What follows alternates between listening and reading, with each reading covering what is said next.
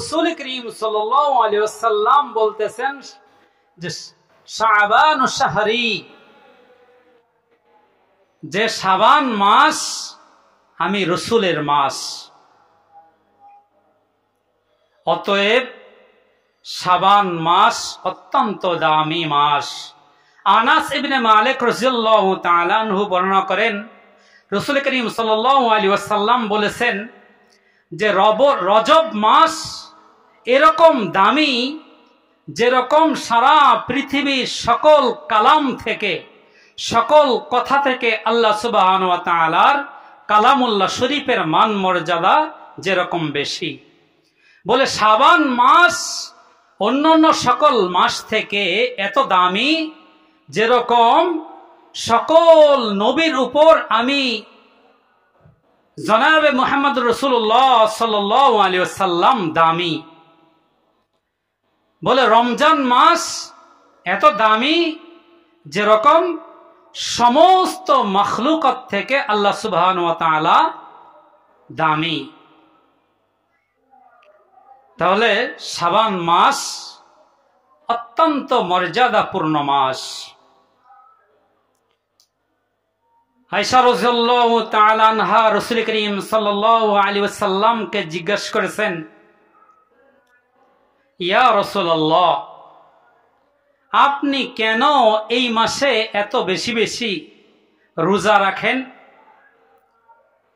রাসূল করিম সাল্লাল্লাহু আলাইহি ওয়াসাল্লাম জবাব দিলেন, হে আয়েশা,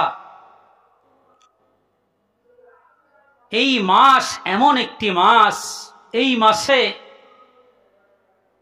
আজরাইলের হাতে কিছু নাম যায় যে তাদের অমুক অমুক সময় মৃত্যু হয়ে যাবে। তা আমি মুহাম্মদ, আমি রসুল চাই যে আমার পরোয়ানাটা আজরাইলের হাতে এমন সময় যাক যেই সময়টায় আমি একজন রোজাদার ব্যক্তি। সুবহানাল্লাহ। অর্থাৎ রাসূল করিম সাল্লাল্লাহু আলাইহি ওয়াসাল্লাম এই শাবান মাসে বেশি বেশি করে রোজা রাখতেন।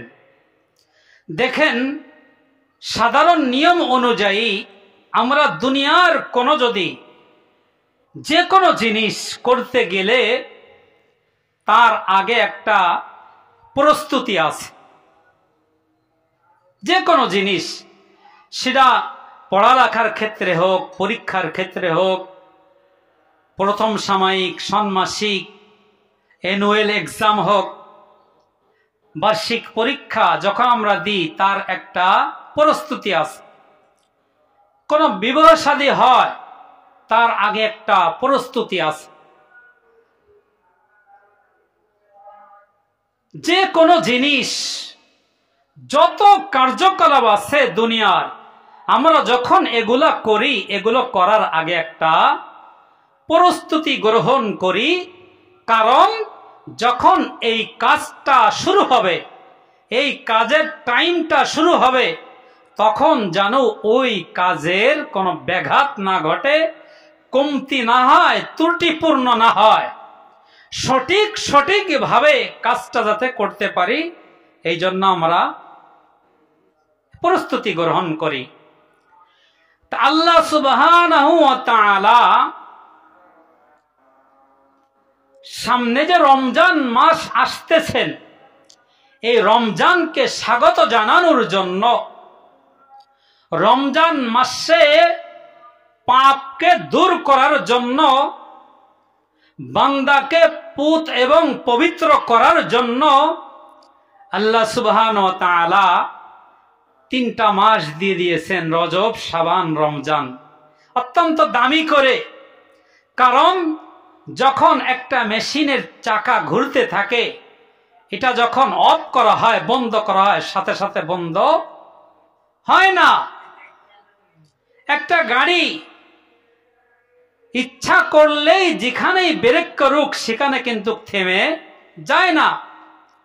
আবার কোনো কিছু যদি স্টার্ট করতে হয়, সাথে সাথে সে পূর্ণাঙ্গ ভাবে ঘুরে না, তার কাজ পূর্ণাঙ্গ ভাবে শুরু হয় না। তা আল্লাহ সুবহানাহু ওয়া তাআলা যে বান্দার গুনার স্পিরিট ইচ্ছা করলেই রমজানে এটা হঠাৎ করে বন্ধ হয়ে যাবে না। আবার বান্দা যে গাফেল হয়ে রয়েছে, নামাজ কাজা করতেছে, ইবাদত বন্দেগী কাজা করতেছে, আমলের খাতা শূন্য হয়ে রয়েছে, এটা ইচ্ছা করলেই হঠাৎ করে সচল করতে পারবে না। উভয় সংকট, গুনাহকে হঠাৎ করে বন্ধ করতে পারবে না, আমলকে হঠাৎ করে চালু করতে পারবে না। এই প্রস্তুতি গ্রহণ করার জন্য রমজানের আমল যাতে করে কোনো ব্যাঘাত না ঘটে, রমজানে যাতে করে বান্দা বান্দি গুনার মধ্যে লিপ্ত না থাকে, আল্লাহ সুবহানাহু ওয়া তাআলা এই রমজানকে গুনাহ পরিহার করার জন্য, রমজানের আমলকে পরিপূর্ণ করার জন্য রজব এবং শাবান মাসকে অত্যন্ত দামি এবং বরকতপূর্ণ মাস করে দিয়েছেন। এবং এই মাসে আল্লাহ সুবহানাহু ওয়া তাআলা তার পক্ষ থেকে বান্দাবান্দির উপর অগণিত রহমত, কল্যাণ, বরকত নাজিল করে দিয়েছেন। এই কারণে এই মাসের নাম হয়েছে কি? শাবান মাস। অর্থাৎ সারা পৃথিবীর আনাচে কানাচে, যেখানে যেই রাষ্ট্রে, যেই ভূখণ্ডে মুসলমান বসবাস করতেছে, প্রত্যেক মুসলমানের উপর এই শাবান মাসের বরকত তার উপর পতিত হবে। এখন আমি যদি হতভাগা হই, আমি যদি আমল বিদ্বেষী হই, আমি যদি আখিরাত বিদ্বেষী হই, আমি যদি ইসলাম বিদ্বেষী হই, আমি যদি ইসলামের, শরিয়াতের এবং কোরআন ও হাদিসের বিদ্বেষী হই, হিতাকাঙ্ক্ষী না হই, আখিরাতের জান্নাতের আকাঙ্ক্ষিত যদি আমার ভিতরে না থাকে, জাহান্নামের ভয় যদি আমার ভিতরে না থাকে, তাহলে এই শাবান মাসে রহমত, কল্যাণ, বরকত অন্বেষণ করা, কুড়ায়ে নিজের করে নেওয়া, নিজের আয়ত্তে করে নেওয়া সম্ভব হবে না, সম্ভব হবে না। অতএব আমাকে আপনাকে এখন থেকে প্রস্তুতি গ্রহণ করতে হবে যে সামনে রমজান আসতেছে। শাবান মাস আল্লাহ সুবহানাহু ওয়া তাআলা রমজানে নির্দ্বিধায় আমল করার জন্য এই মাসে যে কল্যাণ বরকত দিয়েছেন, সেগুলাকে আমি অন্বেষণ করব, আমার করে নিব। এই করে নেওয়ার জন্য আমাকে আপনাকে কি করতে হবে? এখন থেকে গুনাহকে পরিহার করতে হবে। এখন থেকে নামাজে আসতে হবে, নামাজ কাজা করা যাবে না। এখন থেকে যত আমলের কাজ আছে সেগুলাকে আস্তে আস্তে করে আমল করা শুরু করতে হবে। এই বুঝ শক্তি আমার দিলের মধ্যে পয়দা করতে হবে, আমার জেহেনের মধ্যে আনয়ন করতে হবে। তাহলেই আমি শাবান মাসে কামিয়াব হব। আর সামনে যে রমজান মাস আসতেছে, রমজান মাসেও আমি কামিয়াবি হব, সফল কাম হব। এখন শাবান মাসের সবচেয়ে বরকতপূর্ণ একটা রজনী রয়েছে, বরকতময় একটি রজনী রয়েছে, যাকে আমরা শবে বারাত বলে থাকি। আরবিতে লাইলাতুল বারাত বলা হয়, হাদিসের ভাষায় লাইলাতুন নিসফি মিন শাবান বলা হয়।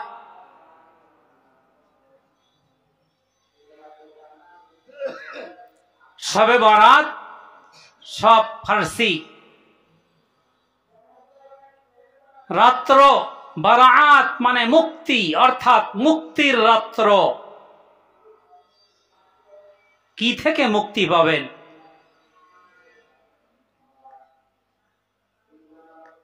বলে বান্দা যত প্রকার ক্ষতিগ্রস্ত বিষয় আছে, যত প্রকার ক্ষতিগ্রস্ত হওয়ার মাধ্যম আছে,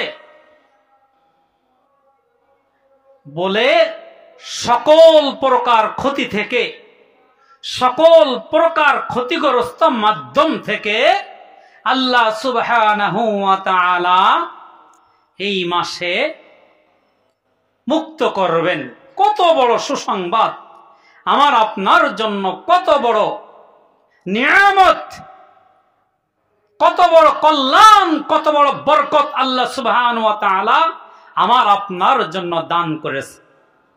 কিন্তু আমরা এক হতভাগা জাতি, যে শাবান আসলে যেখানে আমরা কি কি আমল করব সেই দিক নির্দেশনা আমরা মানুষের সাথে আলোচনা করব, কি কি আমল করব সেই দিক নির্দেশনা আমরা দিব, কিন্তু সেটা করতে গিয়ে আমাদের আলোচনা করতে হয় যে শাবান মাসে এটা বরকতপূর্ণ মাস কিনা, নিশ্চয় শাবান আছে কিনা,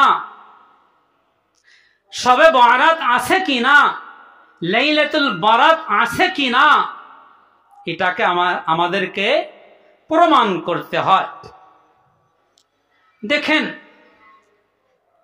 আল্লাহ সুবহানাহু ওয়া তাআলা হামিমুল কিতাবিল মুবিন, যে সুস্পষ্ট এই কিতাবের শপথ, ইন্না আনজালনাহু ফি লাইলাতিন মুবারাকাতিন, যে নিশ্চয় আমি তাকে অবতীর্ণ করেছি বরকতময় মুবারকময় রাতে। ইন্নাহু তাকে, কাকে, সে কে, কোন জিনিসকে আমি এই বরকতপূর্ণ রাতে নাজিল করেছি? ইন্না কুন্না মুনজিরিন, আমি আল্লাহ সুবহানাহু ওয়া তাআলা নিশ্চয়ই একজন সতর্ককারী, তোমাদেরকে সতর্ক করতেছি। ফিহা, যে এই রাতে প্রজ্ঞাপূর্ণ বিষয় আল্লাহ সুবহানাহু ওয়া তাআলার পক্ষ থেকে ফয়সালা করা হয়। দেখেন ইন্না আনজালনাহু, তাকে আমি নাজিল করেছি, এখানে হুটা কি, কোন জিনিসটা আল্লাহ সুবহানাহু ওয়া তাআলা বলেছেন, বলেন নাই, তার মানে অস্পষ্ট। স্পষ্ট যেহেতু উল্লেখ নাই, অস্পষ্ট, তাহলে প্রখ্যাত তাবে মুহাদ্দিস ইকরামা রাহমাতুল্লাহি আলাইহি বলেছেন যে হুটা নিসফে শাবানকে বোঝানো হয়েছে। হু জমিরটা নিসফে শাবানকে বোঝানো হয়েছে। উনি সহ একদল উলামায়ে কেরাম এই মত দিয়েছে।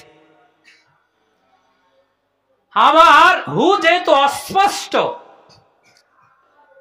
আরো অনেক অধিকাংশ উলামায়ে কেরাম এটাকে বলছে ইন্না আনজালনাহু ফি লাইলাতিল কদর। যেহেতু আল্লাহ সুবহানাহু ওয়া তাআলা অন্য জায়গা কোরআনকে লাইলাতুল কদরে নাজিল করেছেন, অতএব এটা কোরআনকে বোঝানো হয়েছে। তাহলে মত এখানে দুই দিক হয়ে গেছে, মত দুটি দিক হয়েছে, এবং দুইটি দিক মত হওয়ার কারণ আল্লাহ সুবহানাহু ওয়া তাআলা এখানে সর্বনাম ব্যবহার করেছেন, হু জমির ব্যবহার করেছেন। যদি এখানে হু না বলে কোরআন বলতেন তাহলে স্পষ্ট হয়ে যাইত। আল্লাহ সুবহানাহু ওয়া তাআলা যদি কোরআন না বলে এখানে বারাআত বলতেন, নিশ্চয় শাবান বলতেন, তাহলে ও স্পষ্ট হয়ে যাইত। অস্পষ্ট, তাহলে কিছু মত একদিকে, কিছু মত আর একদিকে, কিছু মত কোরআনের দিকে, কিছু মত নিসফে শাবানের দিকে।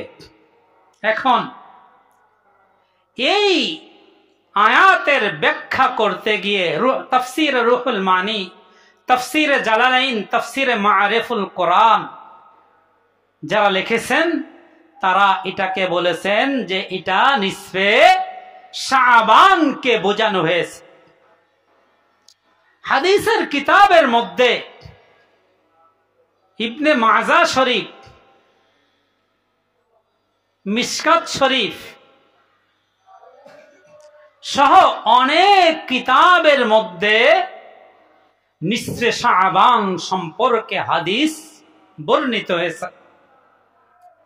সাহাবায়ে কেরাম রাদিয়াল্লাহু তাআলা আনহু আজমাইন থেকে মা আয়েশা রাদিয়াল্লাহু তাআলা আনহা, আবু হুরায়রা রাদিয়াল্লাহু তাআলা আনহু, আনাস ইবনে মালিক রাদিয়াল্লাহু তাআলা আনহু, আবু মুসা আশআরী রাদিয়াল্লাহু তাআলা আনহু সহ 10 জন সাহাবী থেকে নিসফে শাবানের হাদিস বর্ণিত হয়েছে।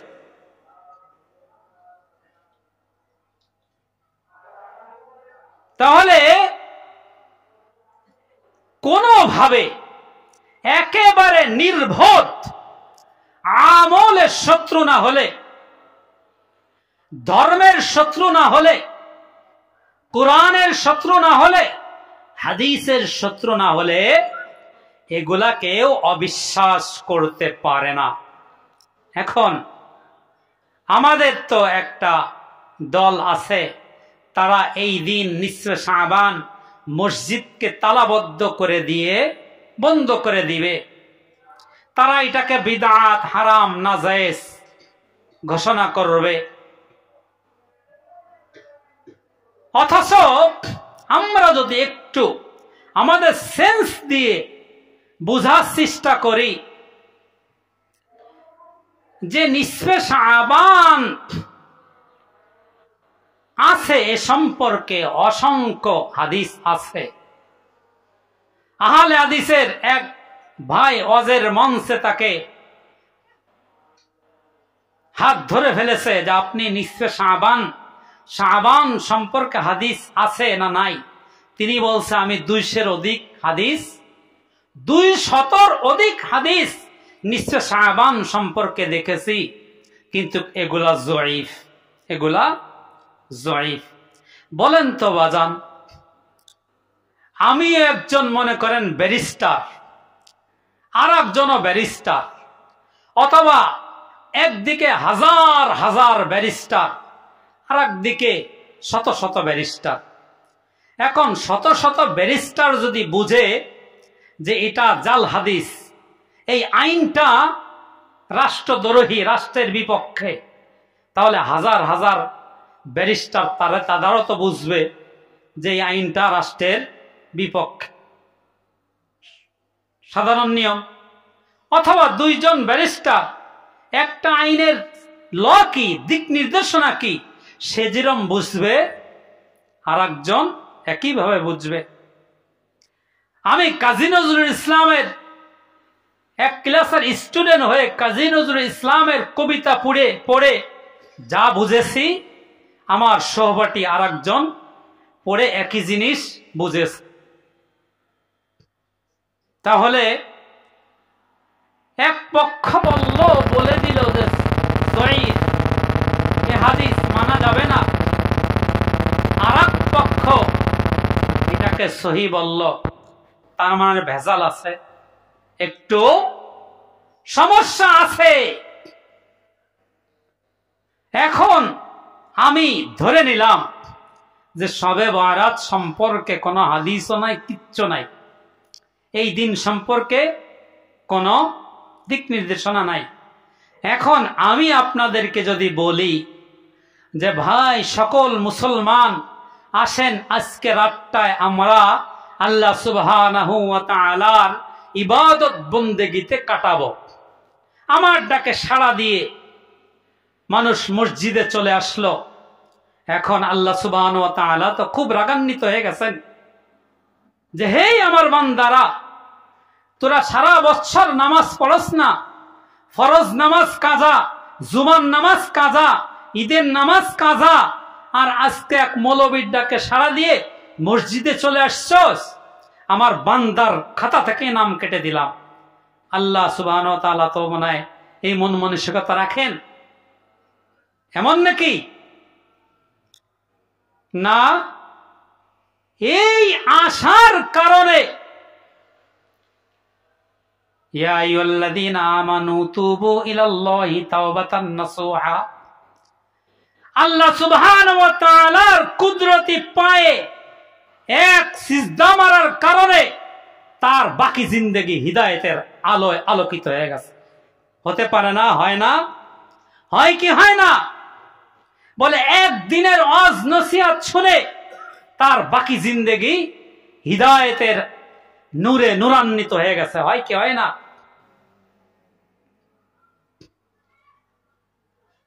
আমরা একটা এক্সাম্পল দিই। মনে করেন আল্লামা আহমদ শফি রহমতুল্লাহ আলাইহি ইসলাম কায়েমের জন্য ঢাকা শহরে একটা ডাক দিয়েছিলেন। তো উনি হঠাৎ করে ঢাকা শহরে ডাক দিয়েছিলেন, লক্ষ লক্ষ মানুষ হয়েছে। বাংলাদেশের ইতিহাসে এরকম মানুষ ঢাকা শহরে আসে নাই। উনার একদিনে এই মানুষ আসছে, আসার কারণে অনেক গুনাহ হয়েছে তো নাকি? যে কেন তার ডাকে মানুষ ঢাকা শহরে আসলো, বাকি সমাবেশ মিটিং মিছিল গুনাহ হয় না, উনি ওনার ডাকে আসছে এই জন্য গুনাহ হয়ে গেছে, এমন নাকি? তাহলে ধরে নিলাম শবে বরাত নাই, নিশ্চয় সাবান নাই, কিন্তু মানুষ আল্লাহর রহমতের আশায় মসজিদে আসছে, গুনাহ হবে না সওয়াব হবে? বরং আল্লাহ সুবহানাহু ওয়া তাআলা অপশন রেখে দিয়েছেন, ও আমার বান্দা, তোমার ফজরের নামাজ পড়তে মনে চেয়েছে, তুমি ফজরের নামাজ পড়বা, ওয়াক্ত নাই, জোহরের ওয়াক্ত এসে গিয়েছে, তোমার সিজদা দিতে মনে চাইছে, আমি আল্লাহ সুবহানাহু ওয়া তাআলার জন্য নামাজ পড়তে মনে চেয়েছে, ওয়াক্ত নাই, তাতে কি হয়েছে? তোমার জন্য আমি নফলের অপশন রেখে দিয়েছি। বলো বান্দা, মাগরিবের ওয়াক্ত নাই, ইশার ওয়াক্ত আসে নাই, তোমার নামাজ পড়তে মনে চেয়েছে, আমি আল্লাহ সুবহানাহু ওয়া তাআলা তোমার জন্য অপশন রেখে দিয়েছি নফলের। বলো বান্দা, তোমার ফজর পড়া হয়ে গেছে, জোহর পড়া হয়ে গেছে, আসর পড়া হয়ে গেছে, মাগরিব পড়া হয়ে গেছে, ঈশা পড়া হয়ে গেছে, এখন তোমার ফজর পড়ার সুযোগ নেই, ঈশা পড়ার সুযোগ নেই, এখন তোমার নামাজ পড়তে মনে চেয়েছে, বলে আমি আল্লাহ সুবহানাহু ওয়া তাআলা তোমার মাগরিব পড়া হয়ে গেছে, তাতে কি হয়েছে?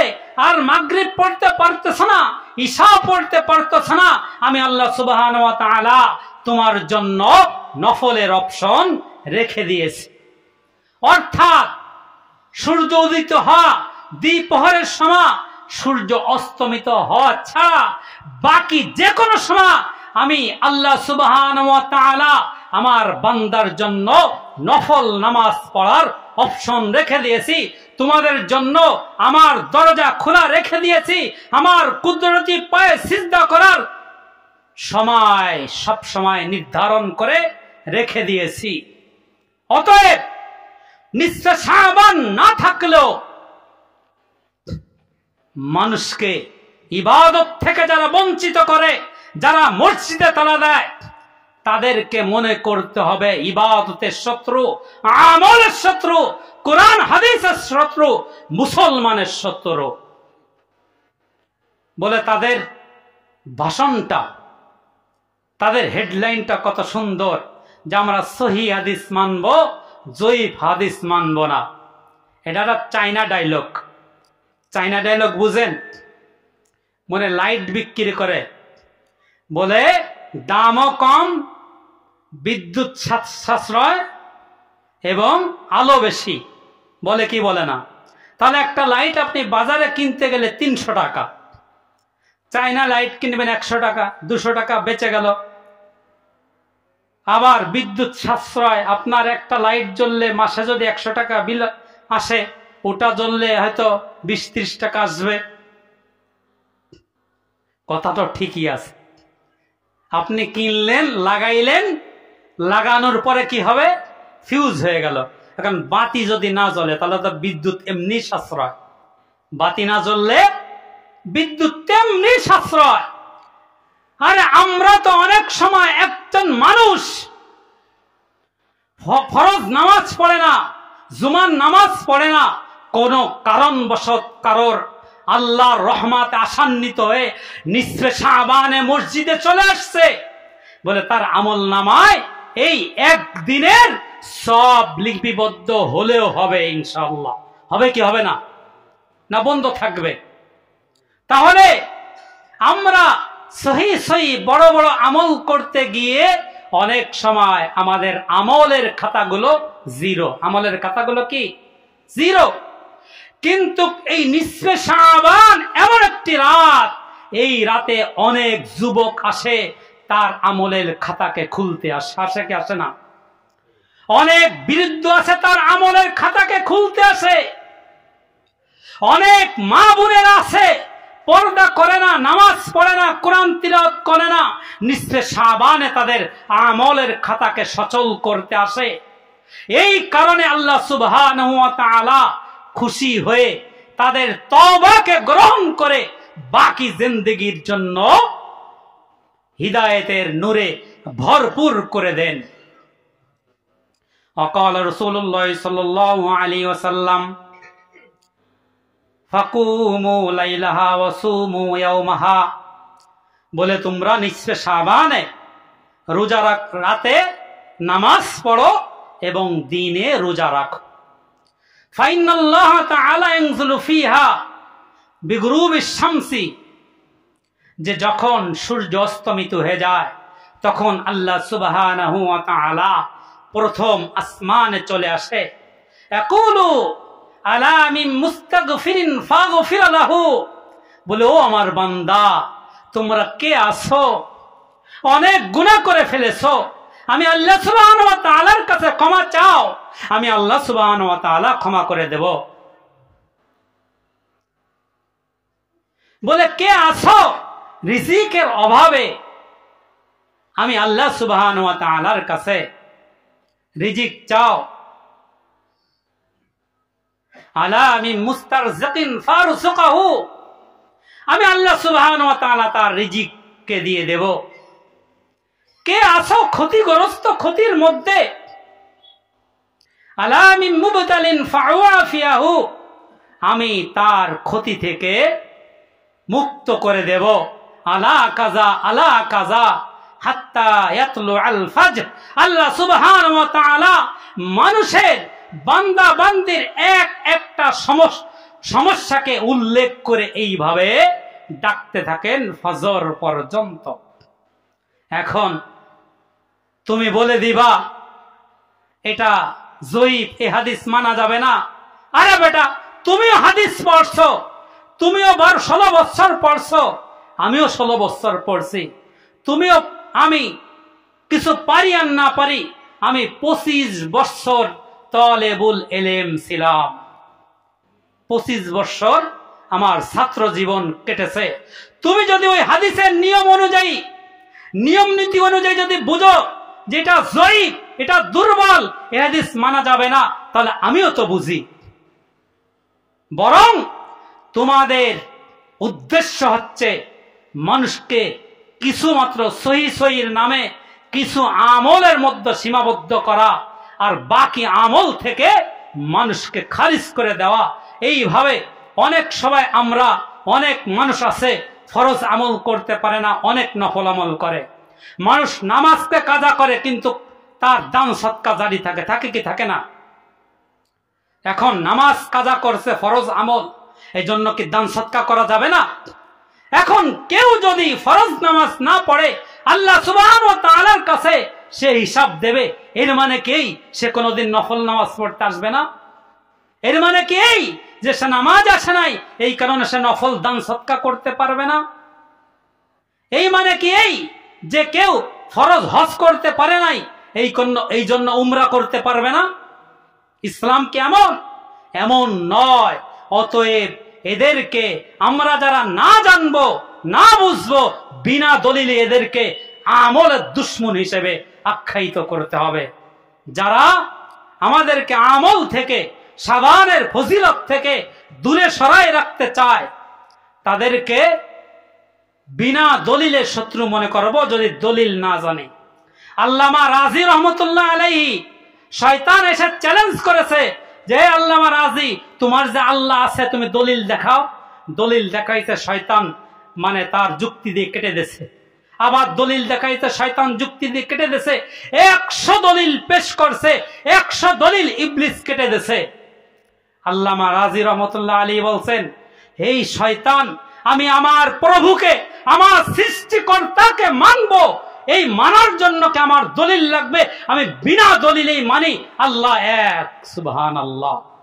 অতএব আমলের ক্ষেত্রে, নামাজের ক্ষেত্রে আমি নফল নামাজ পড়ব, যে কোনো টাইমে পড়ব, যে কোনো সময় পড়ব।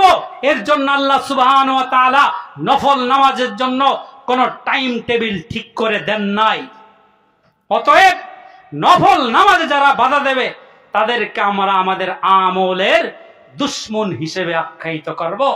আল্লাহ সুবহানাহু ওয়া তাআলা শাবান মাসের কল্যাণ এবং বরকত আমাদের প্রত্যেকের আয়ত্তে করে নিয়ে প্রত্যেকের ঘরে তোলার তৌফিক দান করুক। ওয়া আখিরি দাওয়ানা আনিল হামদুলিল্লাহি রাব্বিল